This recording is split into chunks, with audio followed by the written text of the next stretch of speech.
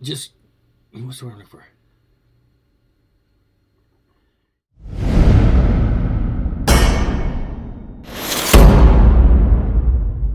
Hey, Vinyl Community, Jeff here again.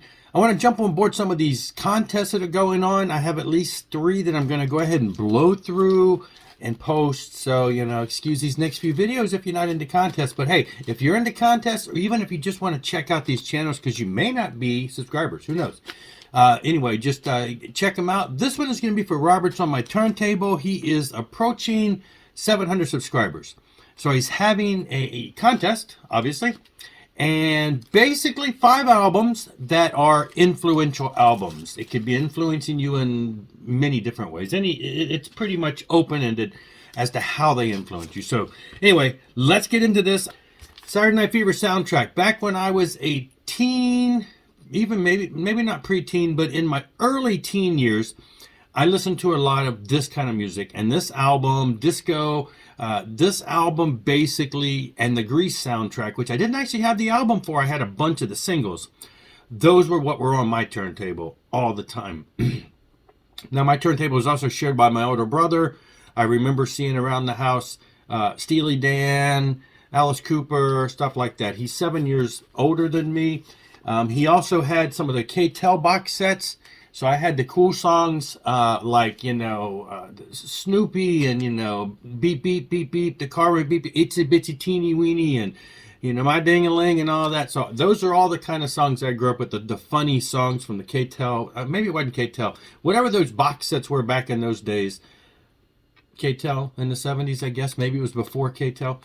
Then I got into this kind of disco music. I loved all this stuff. So influential, that album, used to play it to death as a kid.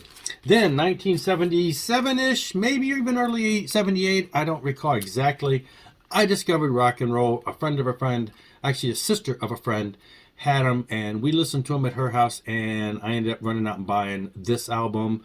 And so this was very influential in getting me out of disco, well, in adding to my disco, getting me into rock and roll and hard rock, and later, into the metal. So 1978, maybe late 77, maybe I'm starting to think now it's probably closer to 78. So that would have put me at about 12 years old. Anyway, got into rock and roll. Now, it was just Kiss from that point on, 1978 until, I don't know. So my parents were divorced. My dad got remarried. I was living with my dad. He got remarried in 1980. We moved just a couple blocks away. It wasn't like we moved too far, but it was a different neighborhood. And I ended up meeting a guy across the street who was 2 years younger than me. And I've been trying to get him to come do a video with me because, he and I were the music people. And he's, still local, but, we don't see each other that much. But anyway, he was the first guy I discovered that really listened to a lot of the same music I did. Well, he was a big Kiss fan.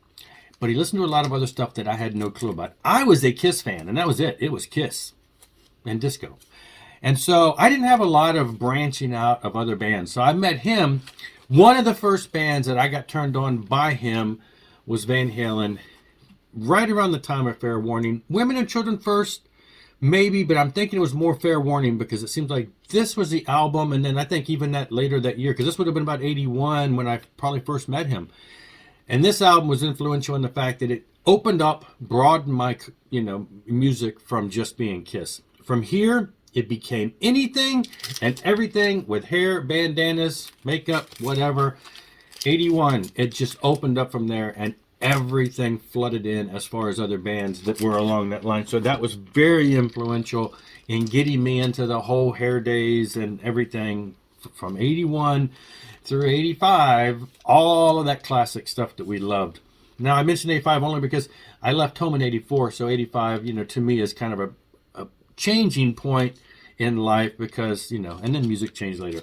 1984, right before I went in the military, right around the time I was graduating high school, I was very involved in church as a teen, but I listened to a lot of typical mainstream music. I didn't listen to Christian music because there wasn't really anything to listen to at that point.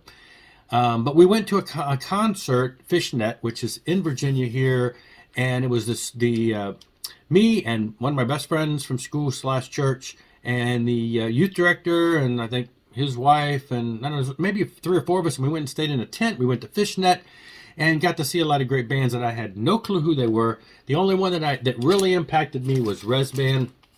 Res Band was there. They had the smoke and the heavy guitars and everything. I bought this album on cassette and just loved it. Fell in love with the sound of this band. Took this cassette with me to basic training, which of course you can't listen to it in basic training, but it went with me in my locker through basic training and then into tech school.